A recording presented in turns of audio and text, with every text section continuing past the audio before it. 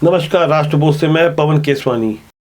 कांग्रेस और भाजपा दोनों ही राजनीतिक दलों की ओर से दावा किया जाता है कि हम कार्यकर्ता आधारित पार्टी हैं। इसमें भारतीय जनता पार्टी जो अपने सिद्धांतों और विचारों के कारण जानी जाती है, वहीं कांग्रेस के अपने पुराने उसूल है कि किस कदर से कांग्रेस में व्यक्तिवाद और परिवारवाद हावी होता गया।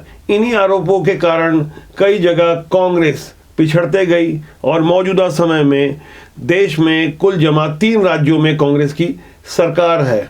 जिन राज्यों में 2023 में विधानसभा के चुनाव हैं, उनमें अभी से तैयारी में लगे कांग्रेस और भाजपा के लिए माइक्रो मैनेजमेंट अगर समझना हो तो छत्तीसगढ़ की तैयारियों को समझना होगा।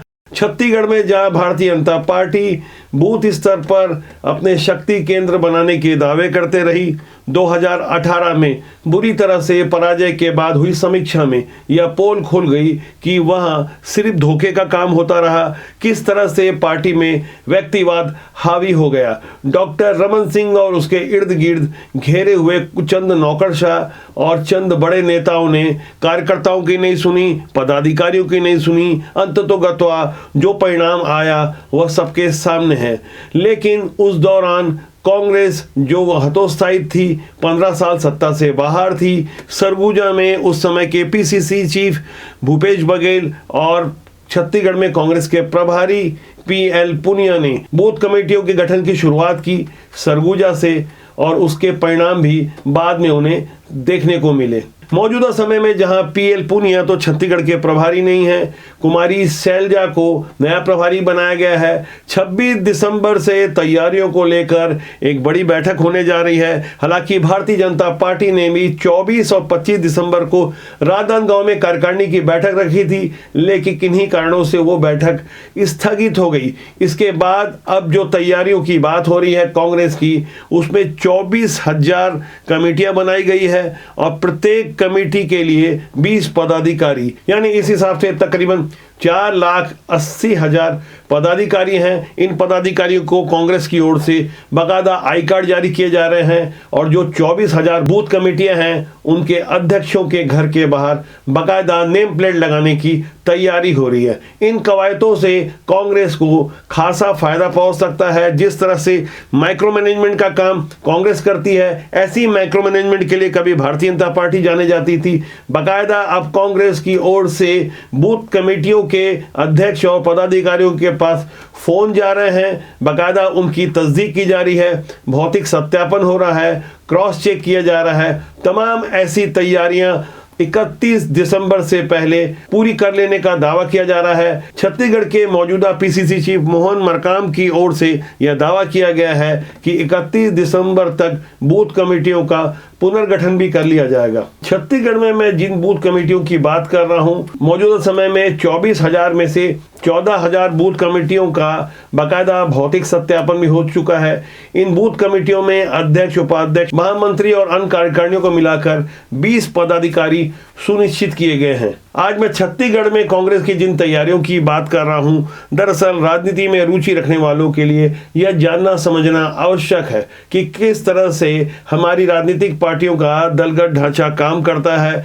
किस तरह से भारतीय जनता पार्टी और कांग्रेस, जो यहाँ 2 प्रमुख दल है छत्तीसगढ़ में। भारतीय जनता पार्टी के लिए सबसे अच्छी बात यह है कि मौजूदा समय में पुराने वाले संगठन को किनारे कर जो नया स्वरूप और कलेवर देने की कोशिश की गई है, उसमें संघ के वैचारिक अन्य अनुषंगिक संगठनों की भी एंट्री हो चुकी है, जो सामने तो नजर नहीं आ रहा है, लेकिन विचारधारा के नाम पर इनका भरपूर सहयोग अभी से मिलने लग गया है। जिस तरह से छत्तीसगढ़ में इस समय आरक्षण को लेकर रार छिड़ी हुई है, वहीं दूसरी ओर यहाँ हिंदू और हिंदुत्व, राष्ट्रवाद जैसी तमाम राष्ट्रीय फार्मूले भी सामने आ रहे हैं, जिसे लेकर रस्साकशी मची हुई है। छत्तीसगढ़ की अधिकांश आबादी गाँव में बसती है, किसानी से संबंधित है, आदिवासी बाहुल्य क्षेत्र है। इन सब बातों को ध्यान में रखते हुए भारतीय जनता पार्टी ने जहाँ न केवल संगठन में आमूल आमूलचूल परिवर्तन किए हैं, वहीं सत्ताधारी दल कांग्रेस ने भी ऐसे वर्ग को साधने के लिए अपनी ओर से कोई कोर कसर नहीं छोड़ी है। चुनाव आते आते आपको बहुत सारी रेवड़ियां बंटने की जानकारी मिलेगी। जो फ्री का कल्चर है वो देश में पहले से हावी था।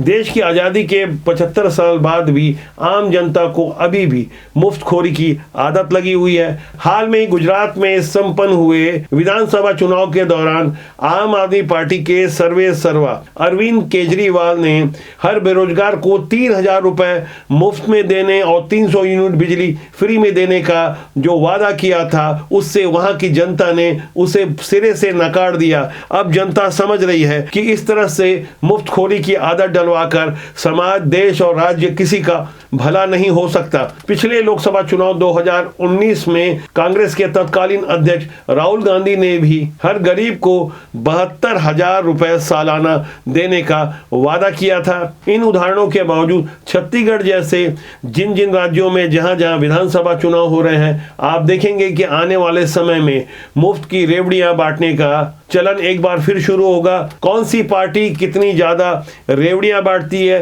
कितनी मुफ्तखोरी की आदत डलवाती है, कि किस तरह से जनता को परोक्ष रूप से रिश्वत की पेशकश करती है, यह भी समझने वाली बात होगी। मैं आज छत्तीसगढ़ के परिपेक्ष में जो बातें समझा रहा था, वह बातें पूरे देश में लागू होती है। यहाँ छत्तीसगढ़ के लिए गौर करने वाली बात यह है कि चुनाव में अब भी यहाँ जमकर शराब बांटी जाती है। समाज के एक वर्ग के लिए दावा किया जाता है कि जो जिसकी शराब पी लेता है उसका साथ जरूर देता है, लेकिन अब ये बातें बीते दिनों की हो गई है। दरअसल लोग भी अब इतने स्मार्ट हो गए हैं कि सब तरह से मुफ्त से सामान लेने के बावजूद सोच समझकर वोट देते हैं कि कौन योग्य प्रत्याशी है। हमारी नज़र ऐसे ही योग्य प्रत्याशियों पर है, राजनीति की सुचिता के लिए है।